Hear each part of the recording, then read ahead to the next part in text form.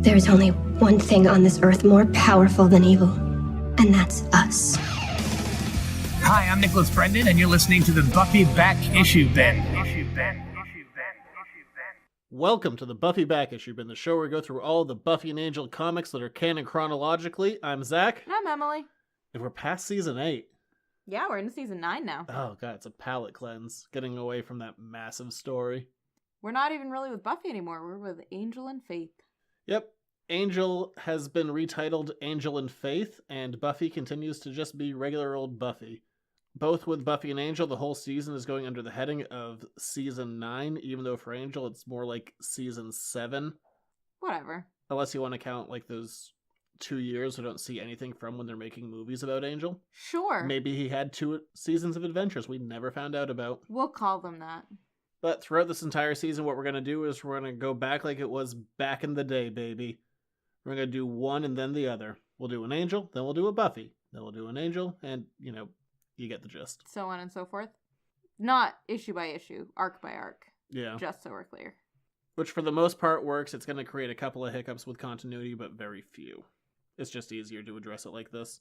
And we have a creative team change. What we have for this season is we have writer Christos Gage and artist Rebekah Isaacs. Both of these two are going to become 2 of my favorites working on this thing overall. And this almost sounds like I'm negging a little bit, but I don't mean it like that. They both get exponentially better as things go, but they also start really strong too. That's not to take away from this, but as things move on, they both get better. Yeah, I liked the stuff in here. I had 0 complaints about the writing or the art. Christos Gage especially, he seems to know the world fairly well, and he also has the character voices down, which a lot of times when you have people coming into pre-established properties like this is usually the big hurdle is getting the character voice right. Yeah. But just a couple of talking points before we start diving into the season. The season is going to pick up a couple of months after season 8 ended, and is very much a direct continuation of everything that just happened in Buffy. And I'm of 2 minds of this. You can either look at it as, yay, it's a positive thing, the story is very connected, and we're moving on from familiar territory. Or you could say the season never really finds footing of its own because it's so directly tied into what happened before. So far, with all of Buffy and Angel, there's never been a super direct continuation of an entire season. They've always been a little more standalone. So, I don't know, take it as you will. Yeah, kind of the big bad has been taken care of, and then that resolves all the issues And that there's a came new with it. big bad. Yeah, and then there's a new one. Whereas this one, we're kind of dealing with the fallout from the last one, which feels much more realistic in a way. Yeah, like I said, you can really read it either way. You know what? Make up your own mind. It's fine. Thus, we begin on our first arc of this season. It's called Live Through This. Maybe we will. Maybe we won't. One never knows. We probably will. Spoiler alert, it's called Angel and Faith, so probably our titular characters are going to be fine during the first arc of their brand new, what is this called, season? Yeah. They have their own season now? Yes. Okay. I'm more meant us. Oh, are we going to live through this? I could die of a heart attack. Well, I guess either of us could. Be weird, though. Be weird to have that on audio. Be weird if we released it. Who would release it? It's not like I know how to do any of this. So it only works if you die. I get to release the audio. Okay, great. But our season opens up with Giles. He's alive! Yay! He's not. He's dead. This is a It's flashback. it's from the Journal of Rupert Giles. Like, it just starts out that way. Yeah, and for time placement, I'm going to say that this would have to take place sometime within season 6 of Buffy after Giles leaves and goes to England. Yeah, because Faith's nowhere in this, so it couldn't be after he met up with Faith. And it doesn't seem to be involving the Slayers or anything. I think this has to be season 6 of Buffy. Would be my guess. Now, throughout this, as much as I like it, and as much as I think 95% is accurate, I'm going to nitpick because, hey, that's what I do. True. And we open with Giles in a little girl's room, and this little girl has tentacles spewing from her mouth. She's possessed by a demon, and Giles has a giant mystical shield in front of him, a la the recent Doctor Strange movie. Wow, it really is. I never even noticed that. But this one's blue. Yeah, except Giles never had anywhere near that level of mystical ability. He had abilities, but never to the level that's going to be portrayed here. So I guess we're just going to have to roll with, he learned a lot during that time he went to England by himself. Or maybe we can say that the coven that gave him powers when he fought Willow gave him powers to do this as well. Sure. Making excuses. And so Giles is talking about... Page 1, complete. Page 1. So we're talking about how Giles, he's saying that he never had kids because he has spent enough time dealing with other people's kids, like this little girl, and also just because he's not really sure he's going to live through anything, ever. And Buffy. He had to deal with Buffy. Need to deal with Buffy. Buffy is a terrible student. She's very difficult. And so is Xander. And so is Faith. Oz and Willow were good. Willow was good. No, Oz had, genius level aptitude tests. Didn't he also, have to stay back because he didn't... Do anything? Yes. Do anything? Yes, he did. He doesn't count as good student material. That was just plot convenience. Come on. That's fine. But it still. kind of worked for him as a slacker. Yeah. So we see Giles using more magic than he ever displayed in the show, suppressing the demon within the little girl. And we find out that it requires an anchoring spell to bind this demon, and that there is a sacrifice involved. And the sacrifice is not necessarily human, but that demon takes away one of the best days of Giles' life, and he can't remember it. So he doesn't take the day away, he just takes the memory away from Giles. Takes the memory away. Giles says he doesn't know what it is, because it's a memory, but he knows that he feels more empty not having it in him. Which is terribly sad. And Giles promises to this young girl's mother that for as long as he'll live, the spell will be intact and he'll protect her no matter what. Whoopsie daisy, you remember what happened to Giles last season? Yeah. And Giles also swears that if something happens, somebody will come back to rescue them. Thus, we cut to the next page. I want to say smash cut. And who is rescuing this little girl and her mother but... Smash cut to Angel and Faith. And we're back in the same predicament we were in before. Little girl is levitating, tentacles coming out of her mouth. She has a huge mouth. She is possessed by a tentacle demon. I still feel like her jaw is broken.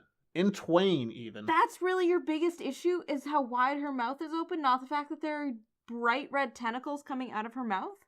No, my real big issue is this is the shortest catatonic state ever. Angel is back, baby. Yes, so Angel and Faith, shocking that the titular characters, I should stop saying that, but it's a fun word to say. And it's Angel and Faith, obviously, who are here. They're hacking, slashing, and all-around bashing this demon. So Faith is saying that she thinks / hopes that Angel can do this, because if anybody can come out of a catatonic state and start punching demons, it's Angel. And Angel's inner monologue is, I can't do this. And we find out that they can't actually kill the demon inside of the little girl, so they're gonna force it out. So this demon, being the giant prick it is, they're like, your master was a mage, and even he couldn't kill me. And Angel goes very Angel. He's like, Giles wasn't my master. I snapped his neck like a twig, bitch. And he says that all in demon face, and then he bites the little girl's neck, shockingly. Also not quite the dialogue I used. No, I'm just gonna gloss over that. It'd be weird if he called a small child a bitch. It would be. And as Angel bites the demon, it expels itself from the little girl, afraid that Angel will actually kill the host and thereby kill the demon. And so the demon says that he's going to either make Angel or his cow his new host, his cow meaning Faith, not wise words from the demon. Faith is having none of that. So they start, once again, hacking and slashing, just trying to take as many pieces off. And Angel is splattered with a bit of the blood from the demon, which reveals the memory that Giles gave up. Because the demon died, just so we're clear. They found its brain and they killed it. Yeah, well, Faith hits it and just goes, Gusher! And it just hits Angel in the face. Yeah, it's real gross. Do you remember Gushers? Are those still around? I do remember Gushers. I don't know if they're still around or not, but Those were super gross. They were awesome. Did you like Dunkaroos? Yes. Because it was cookies and frosting? Yeah, not Gushers. Gushers are nasty. Weird. But after Angel is hit with this Gusher, not the candy, he gets the memory that Giles had to give up, and it's the day that he fell in love with Jenny Calendar, which is a memory that we've never actually seen before. It was never on the show. So Angel has this moment of reliving killing Jenny and then reliving killing Giles, both not really of his own power, but... I really like it. We didn't get to see it specifically in Season 8, but the show's panel next to panel of how these two deaths mirror each other. And Rebekah Isaacs went to a lot of painstaking effort to make it match up exactly. Yeah. in both cases. It looks really good. As good as 2 deaths can look. Cracking. Gross.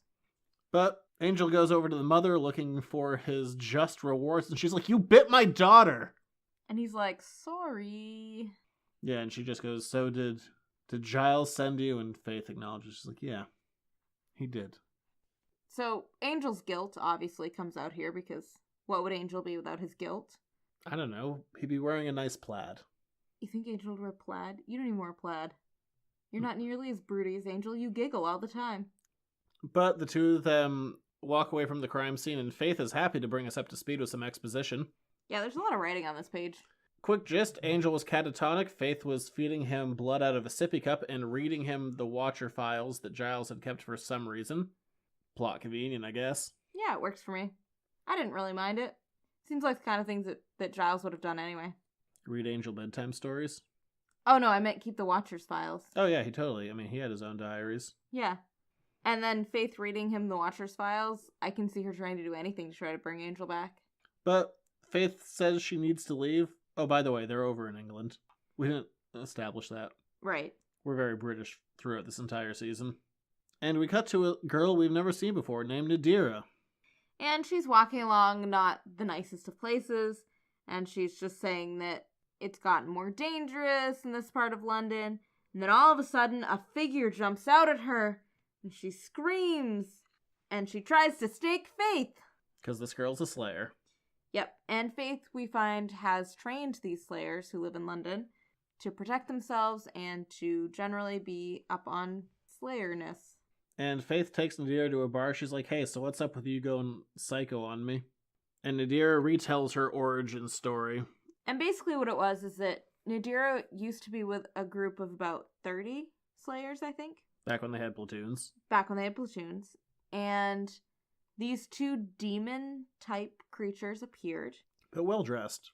Well-dressed, yes. One of them has, like, laser eyes, and the other one has, like, lightning swords. Yep, and these 2 characters are Pearl and Nash. And just to kind of put a little bit up front, these 2 are twins. They look relatively humanoid, but not quite. Their skin is a bit paler. Green eyes, white hair.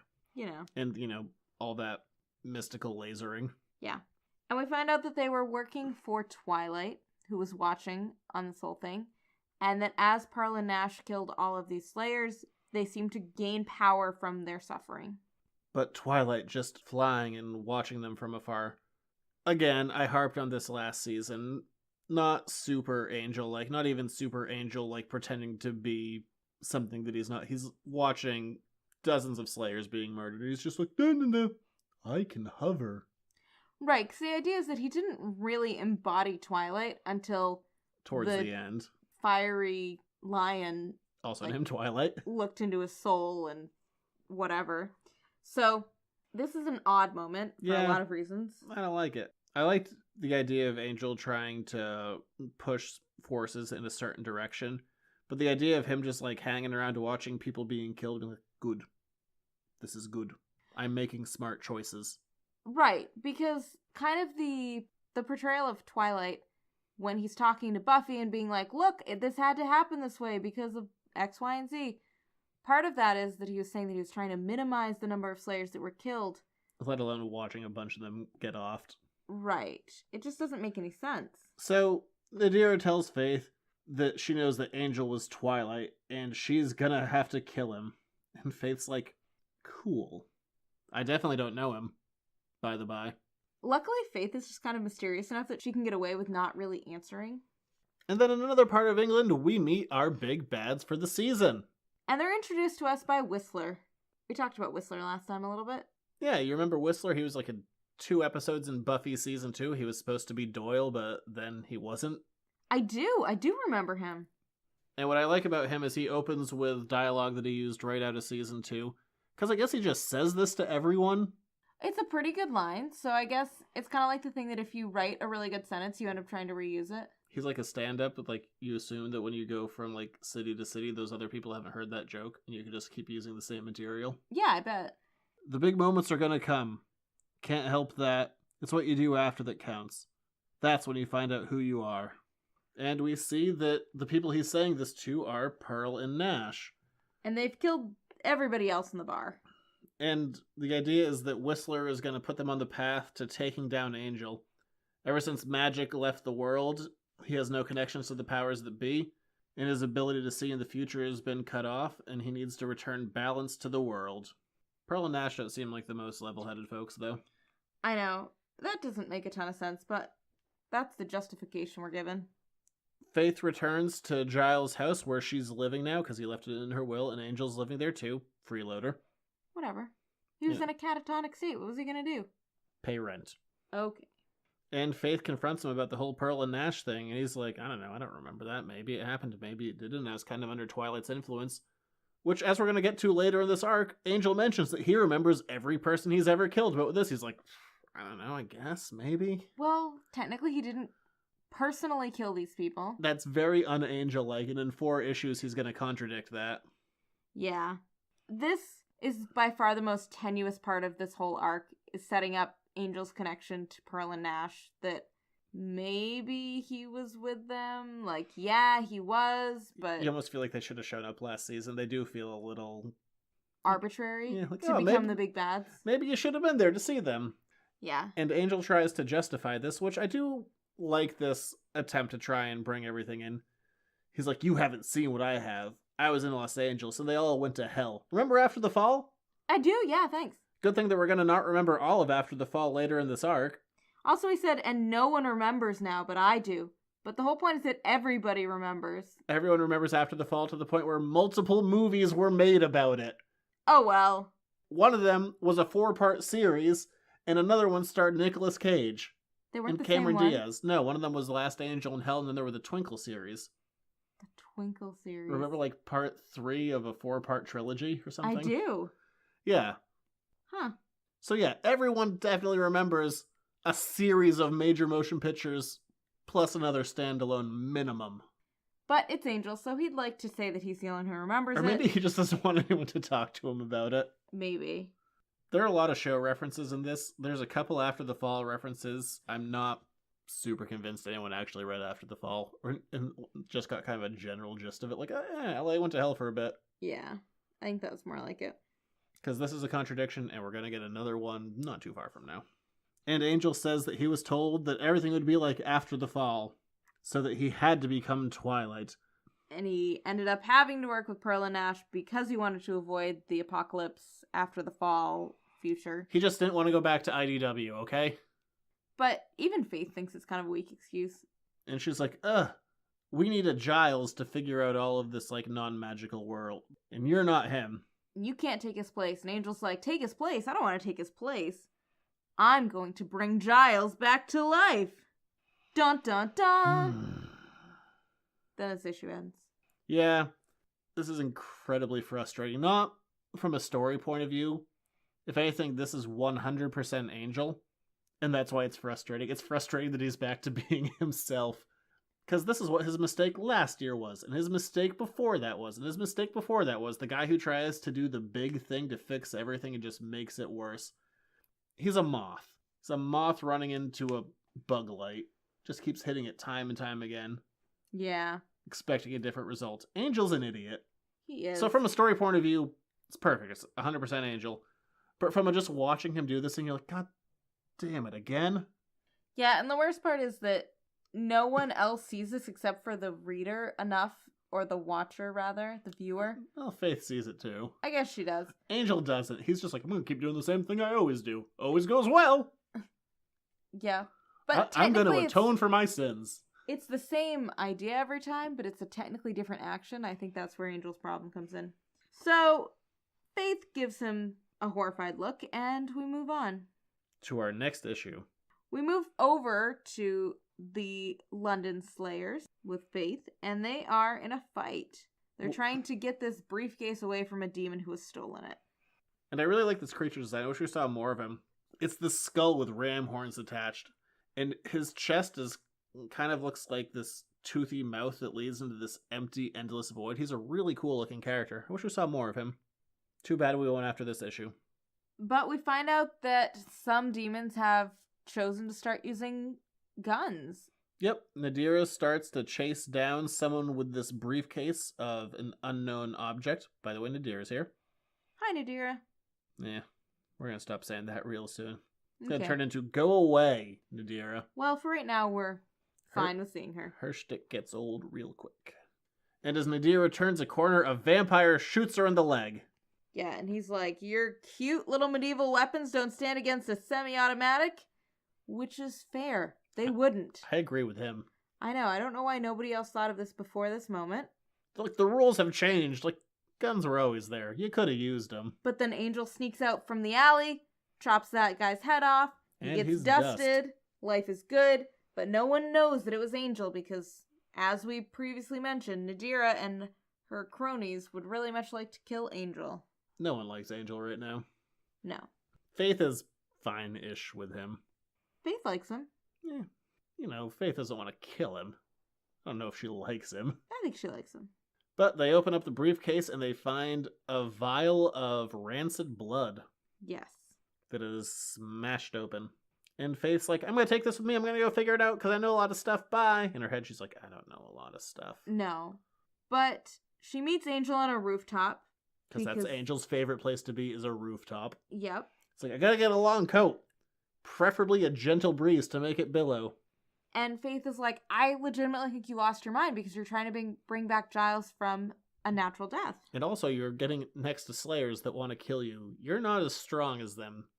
And Angel's like, yeah, well, whatever about the Slayer situation, but about Giles, there's a million ways that Wolfram and Hart used to bring people back from the dead.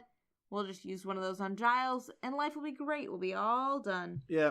Angel and Faith both cover pre-established show lore that people who have died a natural death can't be brought back from the dead. Except Angel claims that the way that Giles died, even though it was with neck snap, wasn't actually natural because of all of the Twilight interference.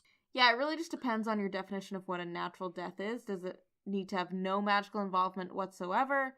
Does it need to be just that magic didn't actually kill you? We're not really clear on that.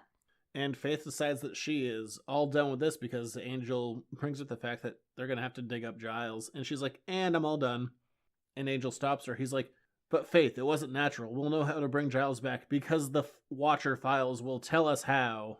And Faith is like, you think you can put his soul back together? He's not a car engine. Yeah, and Faith is a little bit offended because it wasn't anything that she did to bring Angel out of his relatively short catatonic state. It was this drive to bring Giles back, to think that he could atone again. God, he's one note. Well, oh well. But we love him for it. I have to atone for my sins, because what else am I going to do? Blah, blah, blah. And then Faith has quite the inner monologue as she's thinking about, what do I do to help Angel here? Because he's been the one to help me when things got really dark. So I want to turn around and help him, but how do I best support him? Is it by supporting this whole trying to bring back Giles thing? Is it just by telling him that it's crazy and trying to get him out of it? And she doesn't know what to do. But she decides she at least needs the humor room to see where this is going, so the two of them go to a demon bar where, here's a weird thing, Angel seems to know everybody. How? Because I guess the demon community is not that large. Sure it is. I'm going with my version of reality. The last time he went to Europe was to go to the Deeper Well. That didn't exactly go great. No. And as far as we know, the time before that was when he got dropped off in a sub in World War II. And the time before that was when he came to America. So why does he know everyone in this English bar if he was just catatonic? Word spreads quickly? I don't know. It's a good point. It doesn't make sense. No. But he goes in there, tries to bust some heads to get some information about what's going on, how can he bring Giles back, and more importantly, he wants to know more about that rancid blood that Faith found in that case. So he goes and finds a demon named Kurth, not to be confused with Kerp. Wow, thank you. I am all done saying that name. I'm going to put a moratorium on using that one. Is it come back recently? Nope, and I don't think I'll ever have a reason to bring it up again. Perfect. I am so glad to be done with that one. Perfect. Didn't really need to do it now, but I chose to, so I guess it's my own fault. Yeah. And Kurth is like, I don't know anything about this blood, and thanks to you, I know this Britishism. He tells Angel to fuck off with his fingers. Yeah. The British equivalent of the middle finger. Yeah. But he doesn't make the face that I always needed to accompany it so that I would know that it was something bad. Otherwise, I thought it was just two. And I was like, two what? Two two hellos? Like, what are we doing here? That'd be the equivalent of me flipping someone off and being like, one what? Yes. It was equally confusing. So, surprise, this demon can grow an extra hand out of the middle of his back. Very impractical location for a hand. True, but Angel then rips it off for him as like a public service, / so he can track his blood. And then we get some anarchy in the UK. And basically just the whole bar turns into a brawl. Yeah, one of them says, I'm an anarchist. You also don't get my Sex Pistols reference. I didn't understand it. That's fine. It reminded me of that scene in Cool Runnings when they're in the bar. So Angel smacks this anarchist with the demon's arm that he removed. And him and Faith basically beat down a whole bar that leaves them with black eyes and blood everywhere, and that's not a good thing. So, since the demon has a stump of an arm coming out of his back, Angel has this grand idea that he can track the demon through smelling his blood. Because Angel has super smell. Yes. And it's well established. And we don't really deal with why he's trying to find this particular demon quite yet, but we'll get there very quickly. What we have here is a relatively indirect callback, which I appreciate. Faith confronts Angel in what I think is a subtle callback. You're like, what are you doing?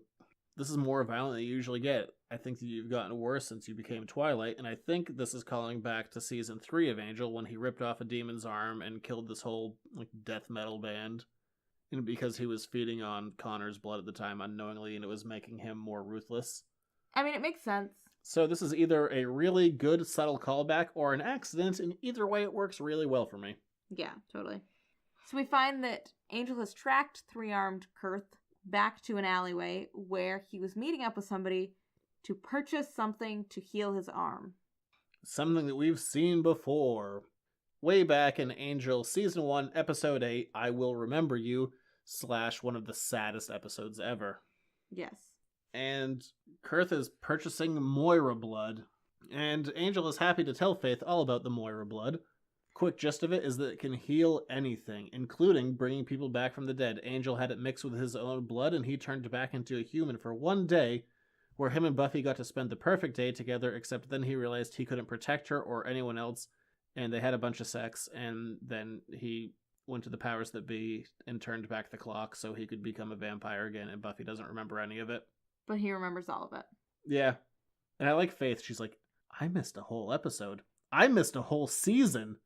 Faith, you were in that season. Not till later on. Much later. It's still still okay. funny.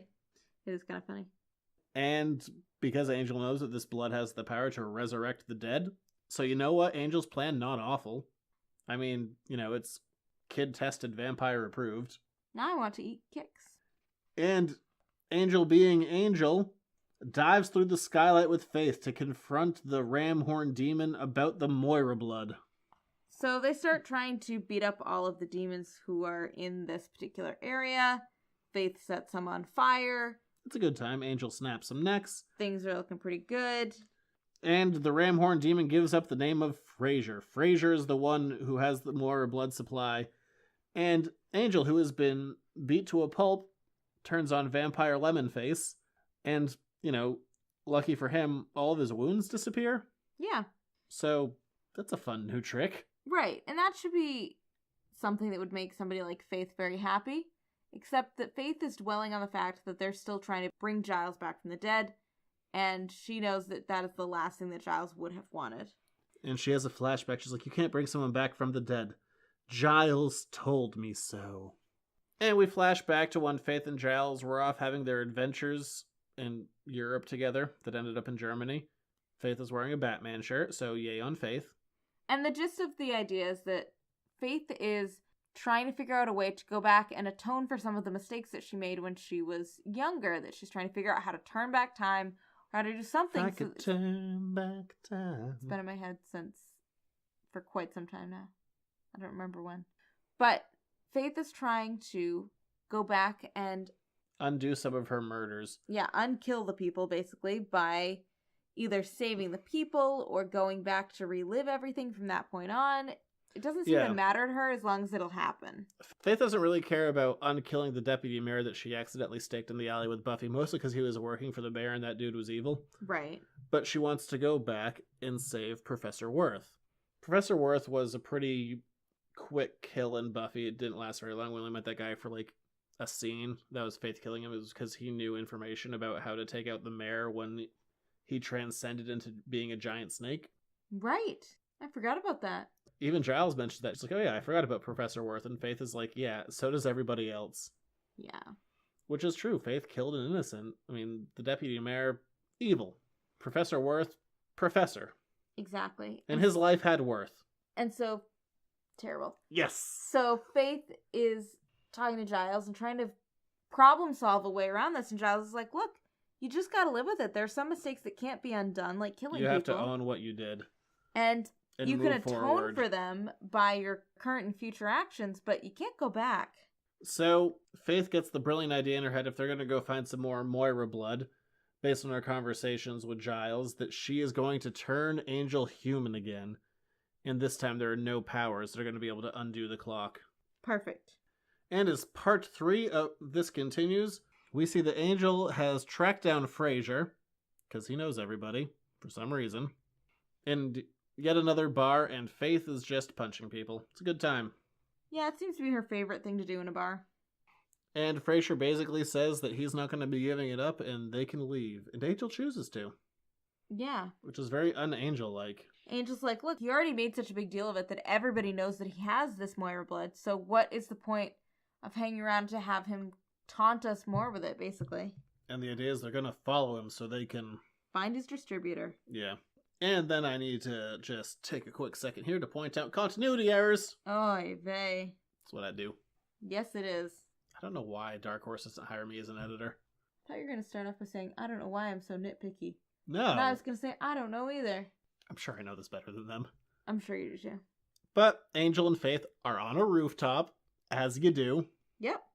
And Faith asks Angel why he doesn't consider using the Moira blood on himself, become human again. And he's like, because situation hasn't changed. I still can't save people if I'm human. And she's like, yeah, but Giles told me all about this prophecy where you get to become exactly that again. Also, when did Giles find out about the Shanshu prophecy? Unclear. I guess him and Wesley had phone conversations? I guess so. But Angel says to Faith, and this is our, hey, I read some of After the Fall, but not all of it. The Shanshu prophecy is kind of off the table. Anyways, there's always an apocalypse.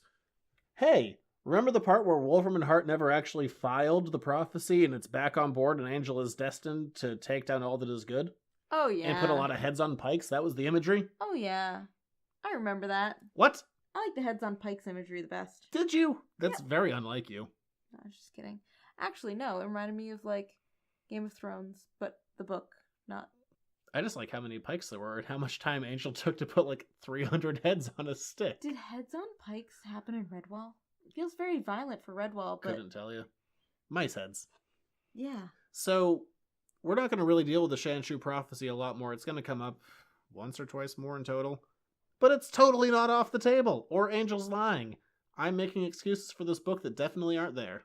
Meanwhile, Faith is just trying to convince Angel that he has something to stay alive. I don't even know. I was going to say live for, but live for seems like the wrong choice of words. Well, Faith's argument to herself is that Angel has done enough good that he can have peace in his life, that he did enough good even before killing Giles, that the scales are more than balanced out in his favor. I mean, realistically, probably not. He had like 8 years of not being the worst, and like 200 plus of either being drunk, murdery, or drunk again. Yeah, not great. I don't think those 8 years balance the scales that much. But Faith finds out that Angel is very, very stubborn. I don't know what it's like to deal with somebody who's stubborn, do you? Finds out. More like has to deal with the fact now that he's very, very stubborn. But Angel and Faith are on a fact-finding mission to find out who Frasier has been giving this Moira blood to. And they questioned families and friends alike of people who have received this Moira blood. Some of them say that things worked out fine, and other ones are like, I don't know where they are. Maybe they're, off ruining their life like they were before, or maybe they're dead. We don't really know. And so Faith goes, we need somebody to sort this all out. We need a Giles. And Angel's like, yep, that's kind of the point of this whole thing for me. So they go and they find one of Giles' friends. Convenient. Whose name is Alistair. Alistair? Alistair, yeah. Alistair. And he's just saying, you must be Rupert's friends. Come in, please. Except, Rupert had so many friends in their mid-20s. yeah. Anyway, so we found out that this guy has kind of a cool house, and basically he is the... Stanton Giles. Yeah, kind of the resident keeper of knowledge, both magical and non-magical. And he also likes to collect magical artifacts that are left over now that the magic is gone from the world. Hey, that's going to come back. That's why I mentioned it. Alistair explains that, more information about the Moira demon that we already knew if we watched Angel. And he mentions the fact that the demon has to eat its weight in salt every day. So you can hide illegal gambling and auctions, but you can't hide salt shipments. That's a lot of salt. So track the salt, which is an underground strategy that no one has ever said before. Track the salt. No, but this is actually a really good idea. They need to rim a lot of margaritas. Track the salt. Huh. So Faith takes a call that is from the Slayer girls, who obviously don't know that she's with Angel right now. And she has to run off to go save them from a bar in which Nadira has started a drunken brawl. So Faith gives everyone in the bar a free beer. Everybody's distracted. She gets the girls outside. And basically, she's like, what is up with you, Nadira? Well, I like Faith. She's so pissed off. She's like, back in the day, I just would have shown everyone my jugs. I'm not sure if I've matured or if I'm just getting used to being rich. I think it's probably the getting used to being rich part. I think so, too. And Nadira's drunk. She's like, you don't know what you're talking about. You haven't seen the darkness. And Faith's like, shut up, idiot. And as the other Slayer girls kind of gather up Nadira's drunken ass, Faith decides to leave because she's freaked out that one of them called her the adult. And she's like, oh, no. I have those moments, don't you? I run a comic book store. I have those moments, then. One of us has them. And as Faith is leaving, she finds Alistair. And we find out that Alistair has kind of followed her here, or I guess there's no kind of about it. He has followed her here. He's like, look, you've really got to talk to Angel here because I'm afraid that he's going to try to bring back Rupert. That's why you guys came to me, right? And she's like, well, I don't know. And he's like, I don't even care that you're trying to lie to me right now. Just honestly, don't do that. Terrible idea. And he's like, you're clearly the responsible one of the pair. She's like, why does everyone keep saying this? He's like, because you are. You made yourself. So Angel and Faith break their way into a fancy party auction combo. Yep. Sounds like a nice auction. Let's go to that one. They tracked the salt shipments to this one London compound where Angel walks in vampire face and Faith walks in a dress.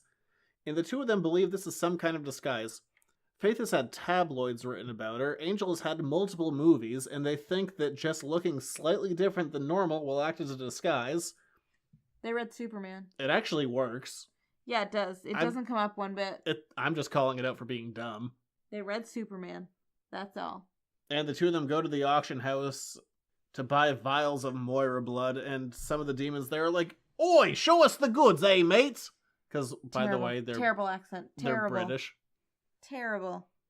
And so the demons start yelling at these two owners, and they're saying, we need to see what we're buying before we buy it. You need to demonstrate that this blood actually works and what it does. And they wheel out a Moira demon strapped to a rock with definitely magic containing him, but let's not deal with that. Yeah. And as soon as the demon is pulled out, Faith and Angel take out their swords and just start removing heads left, right, and center. And they also remove the demon from his bindings so that the demon can help them. Because they're like, look, there's too many people. We can't just fight our way out of here. We're going to need your help. And what does the demon do immediately? Kill himself. Yep. He hits the gem in the middle of his forehead, which is the only way to kill the Moira demon, as previously established in Angel.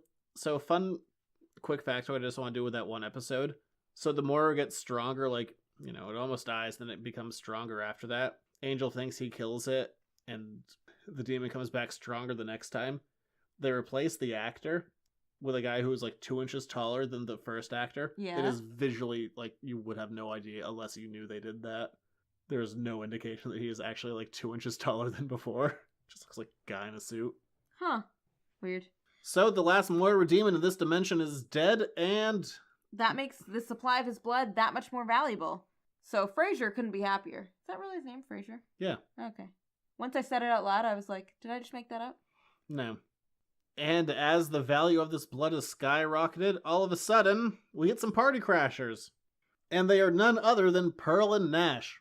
They can also fly. I don't think we've established that. And Angel's just like, really? Now is the time that they're here. And we have a little bit of an un-Angel moment here. The two of them are gloating over Angel, like, we're gonna kill you for betraying us. And Angel just goes, Pearl, Nash, I know I betrayed you. Let me explain why. And then what should have happened is Angel, being the guy who's not big on talking and, relatively good at fighting, just should have jumped the two of them. But instead announces himself and just goes, you're psychotic bastards and you need to be put down! And he attacks him with a broken curtain rod. Don't announce yourself, idiot. Yeah.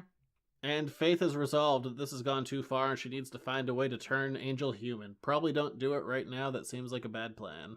But she's thinking about it nonetheless. Faith, not known for her brains. So, basically there's a big fight. Faith and Angel are fighting these two. Pearl and Nash are just beating up on them like crazy. And all these other demons are trying to get the last of the Moira blood, and it's this whole just massive back and forth. Yes. And we find out that Nash and Pearl feed off of emotions such as pain, hate, and fear. So in a situation like this, the more fear and pain and hate they can cause in the room, the stronger that they will become. And Nash has one of those douchebag Macklemore haircuts. I guess. I don't know what Macklemore looks like. That hair. Okay. In the midst of all the fighting, Faith sneaks a vial of Moira blood into Nash's coat pocket, and she's like, he has the last of it! It was super convenient because as they were fighting, no one really paid attention to his pockets. And all of the demons rush Nash as he has the last of it. And Faith shows Angel, she's like, nah, I saved a little bit for myself. What up, yo?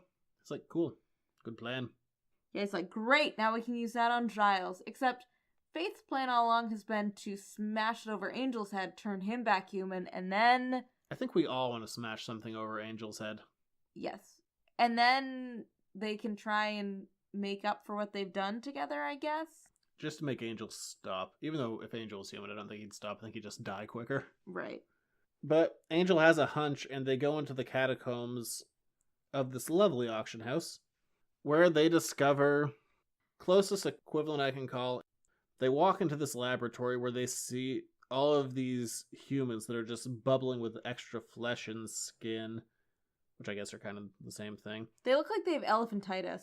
Yeah, kind of. It's kind of like they have a cancer in them that has just gone on too much. And it's very much like Alien Resurrection when they find all of those attempted Ripley clones that are all like, kill me, kill me. It's a bad movie, but a best scene in that movie. So we find out that these are not just humanoids, but they're people. And they're the people who took the Moira blood. And it didn't work for them. Right. So generally speaking, the people who took the Moira blood after all of the magic in the world ended, the ones who were successful were the ones who took it pre-Buffy destroying the seed. Thanks, Buffy. But now if you take it, the Moira blood doesn't stop replicating your cells once you're back to kind of zero.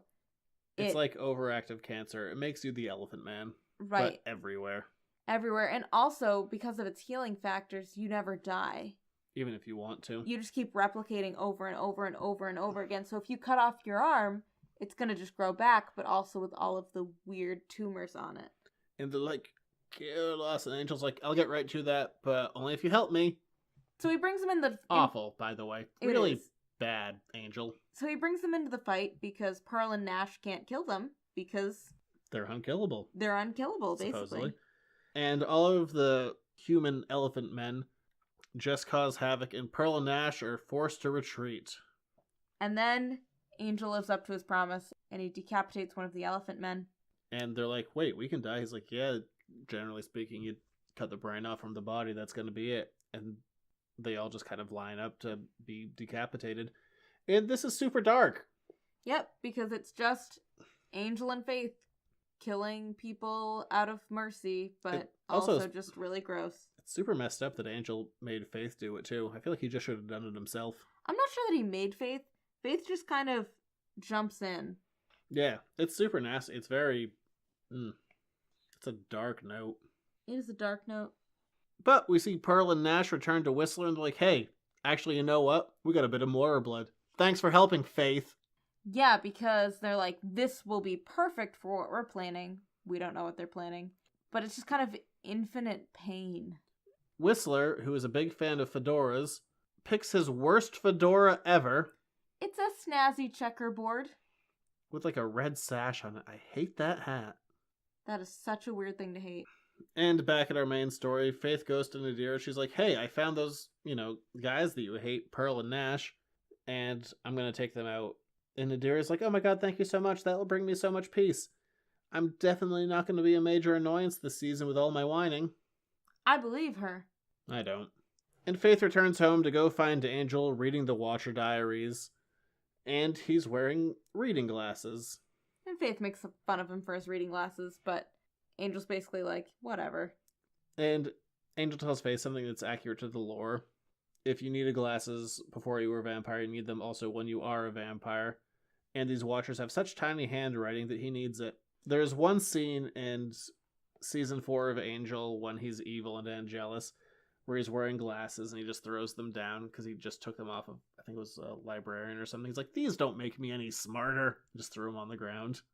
So I don't think Angel actually needs them, but this might be connected to another thing. Weird.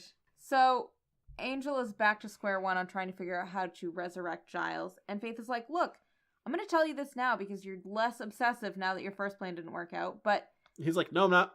I'm going to back you because you backed me so many times. But I'm going on record here saying I think it's a terrible idea and it is the opposite of what Giles would have ever wanted. And if this starts to go south, I'm going to stop you myself. Which, in all fairness, Faith probably could. And Angel's like, good, that's exactly why I wanted you here, because when I was Twilight, I didn't have anybody that I trusted to kind of knock me back down when I got too crazy. Also, shut up, idiot. It's your own fault. It totally is. And Angel puts back on his reading glasses. He's like, I'm going to stay down here for a while. And Faith's like, I'm going to go get some food. Do you want me to get you anything? And then Angel's voice turns very British for a second. I'm not British. I don't know why you're looking at me to do the dialogue. Well, because you started. A spot of tea would be delightful if you... You're all done. You don't get to do that anymore. So, Angel, in a British accent that I'm not going to attempt, says, a spot of tea would be delightful if it won't put you out, which apparently makes Angel sound exactly like Giles. And Faith calls him out on it. She's like, oh, that was really good. He's like, what was good now? She's like, don't you know what you did? Okay, never mind. Earl Grey coming up. And we see Angel behind her with his reading glasses on, looking over them, with a book open in his hand, and he does look quite Giles-esque. But we move on to our, as we generally do in these situations, a one-shot following our first arc. And we also get an artist change of this one, art being done by Phil Noto. And this one-shot is titled In Perfect Harmony. You'll never guess who's back. Harmony! So Angel's basically saying, I kind of missed being a detective. It was really fun being in A PI. Angel Investigations. A dick. And so he's like, I missed it all. I missed that somebody would come to me saying, I need your help, and then he'd go help them, and it was great. And he gets a knock at the door, and he opens it up, and it's Harmony. With a pink cowboy hat. And Clem with some puppies. Pomeranians? I think so. I think they're supposed to be Pomeranians. And Harmony greets Angel with a big, hey! And then a shriek. Harmony is equally annoying and also such a great character. And she really got to shine on the last season of Angel, acting as his secretary. Executive assistant, as Harmony very quickly corrects us. That's the best we ever got on Harmony, is that last season of Angel. Yeah. Technically the longest running character. She went from the pilot of Buffy to the last episode of Angel. She wasn't in the first episode of Buffy, but she was in the pilot. Well, there you go. But we find out that Harmony has come to Angel because she trusts no one else to figure out who is trying to blackmail her with her own... sex tape. Well, it's a sex tape, but the bigger issue is that she sires a human during the sex tape. Which is a big no-no. And as we're going to find out later in this issue, she's had a previous 12 sex tapes released. Yes. But basically, she's like, look, if this ever got out, it would totally reverse all of the good work that I've done to let humans and vampires live together rather peacefully. And so we can't just have a video of me siring somebody out and about. We've got to figure out who sent it. I really like Faith in this issue. Harmony shows up and Faith's like, who are you? And Harmony's like, you know who I am. And Faith's like, I have no idea. And Angel gives a quick rundown. He's like, yeah, Cordelia's high school friend. She slept with Spike for a while, and then she was my secretary. And Faith gets kind of crappy for a moment, and I really like it. She's like, you know what? Everyone says I'm the slutty one, but I'm the only one around here who hasn't slept with Spike. That's a really good point. Also, looking at you, Angel. We all know. So, Faith and Angel are put on the case to save Harmony's reputation and her general celebrity status. Faith and Angel don't really get it, why Harmony is all of a sudden a celebrity, but they can understand the importance of not killing a bunch of humans, and if Harmony can prevent that, then it's in their best interest to help her, as much as they are not interested in helping her. So they start looking through Harmony's hate mail because Clem has kept it for her in a nice, neat stack. And they decide that their first stop will be to a group of vampires who have started siring other humans, but because there's no more magic in the world, they're more powerful but less intelligent than their true vampire sires. Yeah. And this is one of those kind of slip-ups we have by covering an arc-to-arc basis versus an issue-to-issue between Buffy and Angel. Because we are introduced here to zompires, which will be a phrase that is coined over on Buffy. We'll find more about them in the next episode. And also, I'm curious how the name zompires that Xander comes up with on a whim reaches Angel in England. I don't know. It's never really explained. And as these vampires are about to literally tap these humans like a keg... Oh yeah, there's some humans hanging upside down. They're a blood bag. A la Mad Max. Second time I got to say a la. Boo to Mad Max. Yes to Mad Max. Angel and Faith emerge from the bushes and they start killing vampires and zompires alike. And Harmony also jumps out because she's like, I can't believe that you guys are doing this. And they're like, your ass looks fat. Well, yeah, I guess a little bit. And she's very upset about it. And that Harmony freaks out. The voice in this is perfect. It's 100% Harmony. She just comes running and she's like, I'm retaining blood! Oh, it is so on now. And she starts killing vampires. But one of the vampires is like, I read in Us Weekly. Her downfall is her dogs. She loves them so much. Go rip out their furry little throats. And they approach Clem, and he's like... I can't actually run away because I pulled my hamstring during a strip aerobics class. But it's fine because I also took a self-defense class. And these snakes pop out of Clem's face, which is interesting. This is the first time we've seen this face on. We've seen this before in Buffy Season 7. We saw Clem reveal his aggressive snakeness from behind. But this is the first time we've seen it in an aggressive manner and also facing front. Yes. And we find out that Clem significantly managed to thin the ranks of these zombies and vampires. Zompires. And Angel's a little weirded out by all of this because one of the vampires who survived this ordeal, he's like, oh my god, there's another sex tape of you coming out? I've bought your first 12. Also, the 3D re-releases. He's like, can you sign this one? Which is weird because he says that he's bought all 12 of her sex tapes and he asks her to sign one that has the number 13 on it. Well, whatever. Which is it, comic? Does she have 13 or 14 sex tapes? Whatever. So Angel and Faith use their quick deduction skills that these vampires weren't actually the ones that had the original sex tape, otherwise they just would have sold it for a lot of money, given how famous Harmony is. So then we cut back, and Clem is giving Harmony a pedicure, because what else does one do in a situation like this? And Harmony's listing off her possible enemies. She has PETA, she has the people that she killed, she has Kat Von D and Dita Von Teese, who are two celebrities. I'm not sure if they're real or not. They both are. Oh. Kat Von D used to be on this reality show that I used to watch called Miami Ink. And then she got her own show. And Dita Von Teese is big into burlesque. Why do I know these things and you don't? This is out of my realm. Really? It's more out of mine. But Except for TLC. I know them all from TLC. And Angel's like, alright, let's go through the list. We'll figure it out. And she's like, what list? I don't know who I killed. Like, I don't know anything about that. He's like, how do you not remember who you killed. And she's like, I don't remember anybody. I moved on. You gotta move on, Angel. And she's like, you don't remember everyone who killed? He's like, I remember everybody. She's like, yeah, cool. So that's your own problem. You have to move forward, Angel. Otherwise, you're just going to keep on being the same jackass on top of a rooftop. The irony being that he's already been on a rooftop. He's that jackass. And they start going from location to location of people who potentially hate Harmony.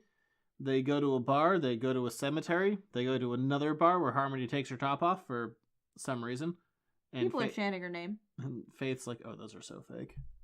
And then they go to a swanky party where Harmony tries to seduce David Tennant. She wants to see something that gets bigger than it looks, and it's not a TARDIS. It's a penis. And poor little Clem is sitting on this couch just watching this whole thing happen. And just looks so sad. So they're wandering back around and they're like, look, there's no motive, there's no opportunity. Like, I don't understand why somebody did this and then why they sent you the copy of the sex tape. It doesn't even make any sense. Why are they blackmailing you when they could just sell it and make more money? Because apparently your sex tapes sell like hotcakes. And all of a sudden, they realize that it's Clem. Clem is the one blackmailing her. Angel came to the conclusion. Good for Angel. Clem tries to come up with a few reasons why he tried to blackmail Harmony, but then he comes up with a real one, and it's because he loves Harmony. And he wanted to fake a blackmail attempt so that then he could make it go away, and he would look like the hero, except then Harmony brought in Angel and Faith, and then it ruined Clem's whole plan. And he could also get the money to get all of his skin tightened up so the two of them could be together, because Harmony, as she mentions, only dates 10s. So with great fame comes great responsibility to only boink people as hot as you. And Clem actually takes that as like a legitimate reason that they can't be together. And he goes, hadn't thought about that. Clem is such a hanger-on. Yeah. And so they decide to go for a mud bath before a hot stone massage. And Clem's like, that sounds good. Makes my skin feel soft. And Angel's like, are you kidding me?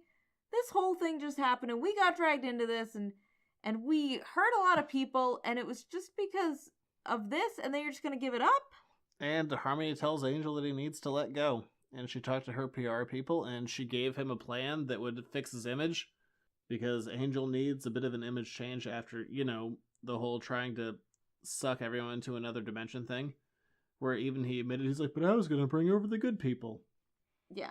And then he throws the PR plan away. He's like, no, I need to be sad.